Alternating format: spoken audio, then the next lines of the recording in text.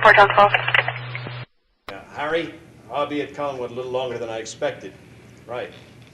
Would you check that traffic light just outside the church? Right. Well, faulty traffic lights and barroom brawls, that's what I usually get. So you say somebody tried to kill you? The brakes in my car were tampered with. Are you sure of that? Yes, I'm positive. A valve had been removed from the car while it was still in the garage. It's not exactly like a faulty traffic light, is it? Mrs. Stoddard, your brother wants me to charge Burke Devlin with attempted murder. Well, I never even mentioned Burke's name. You didn't have to. If you remember, I was on that case when you testified against Burke in that manslaughter trial. He's the one you mean, isn't he? Constable, I can't think of anyone else who would want to harm me. The brakes didn't fail until I was partway down the hill, and that's when I went over the edge. They'd been checked the week before. They were in perfect condition. When did you find out about the missing bleeder valve? Oh, it was about an hour later.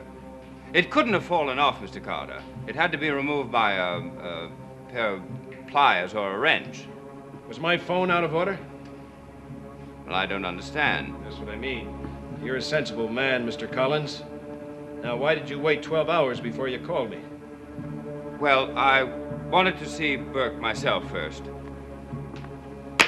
Well, that's just great, isn't it? Nothing like giving the suspected criminal a little advance notice. I didn't ask you to come here to deliver a lecture, Mr. Carter. I had my own reasons for seeing Burke. Let's let it go at that. I'm afraid I can't. See, I work on facts and full information. Well, I wanted to give him a chance. If he'd agreed to leave Collinsport and never come back, I was willing to forget about the whole thing. Well, I take it he didn't agree. Oh, we never got to that point. He denied having anything to do with it, and that's when I decided to call you. Mr. Collins, I'm afraid I'm going to have to give you another little lecture. Now, you say Devlin removed the valve from the main mixer on your brake. That's right. Now, you know for a fact that he had access to your car. Yes, my son's tutor saw him in the garage. When was that? We told you, Jonas. Burke was here. He asked Roger to meet him in town, and then he left. We thought he'd gone back to his hotel. But then Miss Winters saw him standing by Roger's car. I'd like to speak to Miss Winters, if I may. I'll bring her down. No, Roger, wait. I'll get her. Liz, I told you not to worry about that stupid letter. I'll get her, Roger. As you wish.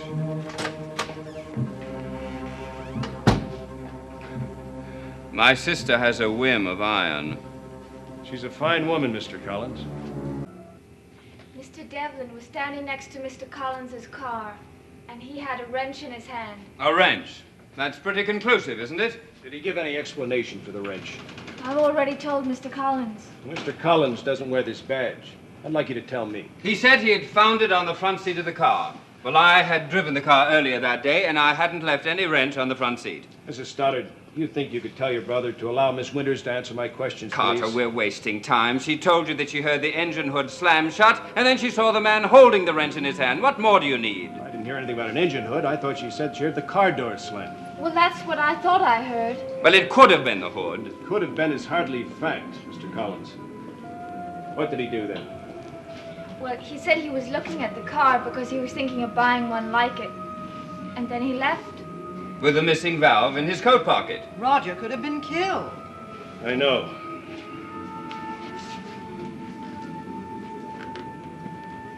You think Devlin would have killed you? Well, you just heard my sister. You saw the car. What do you think? I'm talking about premeditated murder. Cold, calculated, premeditated murder. Did he have reason to hate you so much? He seemed to think so. Now, Mrs. Stoddard, he was in this house shortly before the accident. How did he act then? Well, he was friendly enough. Too friendly, I thought. Did he make any threats? No. Did he ever threaten you, Mr. Collins? I told you he was very charming. He also asked me to meet him in town, knowing that I would have to use my car to get there. Don't forget that. Now, you saw Devlin several times. Did he ever threaten Mr. Collins in your presence? No. I don't see what this has to do with anything. We're talking about motive here, Mr. Collins. We all know what happened 10 years ago. 10 years is a long time. The brakes were tampered with. Doesn't that speak for itself? I always figured Devlin to be a hot-tempered man, but I never figured him to be insane. No one's accusing him of being insane. But you are. You all know that he had a grudge against your brother. 10 years ago, he went around here threatening. He said he'd come back here and kill you. That's right. Well, that was said in temper, anger. A man sits on that anger for 10 years and then come back and tries to murder somebody. Well, that isn't temper any longer. It's pure, old-fashioned insanity. Now, Devlin got out of prison 5 years ago. If he wanted to, he could have come back then. Is that right? Well, all right, then. He was crazy. What else can I say? Well, he could say he didn't do it. Oh, now, look, Carter. Well, it's a possibility, Collins. I just can't assume that Devlin is a calculated murderer.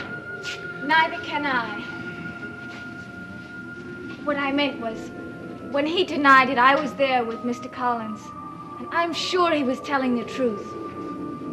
How could you tell he was? How could you tell he wasn't? Well, the only thing I want to do is think this thing over, that's all. Now, it's possible, isn't it, that that wrench could have been in the front seat of the car? But there was no wrench on the front seat. I've already told you that. There was no wrench in the front seat of the car when you left the car. But between that time and the time Devlin went to look at your car, isn't it possible that somebody could have slipped in, removed the valve of the brake, and left the wrench in the front seat? It's possible, but not probable. Why, is your property so well guarded that nobody could get in here? Well, of course not, but... Well, that's what I'm saying. I'm not saying that Devlin didn't do it. Understand that. I'm just saying it's possible. We better look and see if there's probably somebody else who might have done it. Had the motive. That's right, Harry. New York. Let's put a call through and see what you can line up on Burke Devlin. No, don't go through the channels. It'll take too long. You get in touch with Lieutenant Palmer in homicide. He's an old friend of mine. Frank Palmer. That's right. And tell him to call me back if he gets anything. And tell him to reverse charges. That's right. Well, I should get something by this afternoon. What do you expect to learn? I don't know. Every little bit helps. I'm no lawyer, but you have enough now to make an arrest, don't you? Maybe. But I can't take any chances. I've got to do a little digging first, so I won't arrest the wrong man. Oh, now, let's not start that again. You have something against an open mind? Miss Winters, you think you could pick that wrench out for me? I'll try. Let's go to the garage. Maybe you can show me the exact spot where Devlin was standing.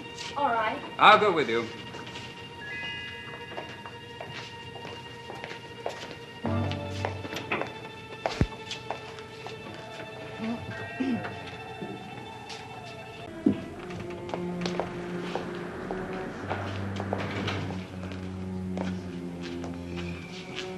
Well, that didn't take long. Well, not much to see except this.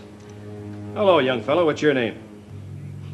What's the matter? Cat got your tongue? David, what are you doing down here? It's all right. He's probably just impressed with the dignity of my badge. Hello? Oh, just a minute. It's for you, Jonas. Right. Thank you. Yeah. Right, Harry. Did you reach him? Great. What did he say? But he's going to check. I see. Well, how long did he think it'd take? What else did he say? Well, that's all I can expect. Yes, we'll have something. We've got something here. A wrench with some prints on it. David, don't touch it.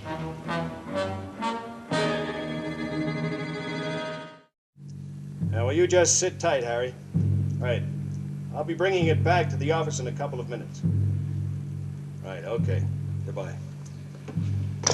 Well, I guess there's nothing else for me to do around here. What are you going to do now? Go see Burke? I sure am. Meantime, I'd like you to think about what I said. Think of anybody who might have a grudge against you, no matter how wild the idea may seem. David! Don't touch it! I knocked it over by mistake. David, you stupid! It's all right, he didn't know. But he's got fingerprints all over it now. Here, David. Here it is. I'm sorry, it was an accident. Do you know what you did with that accident? I said I'm sorry. It's all right. Just add it to the couple of prints we've got. At least we'll know how his got here. Well, I better be going.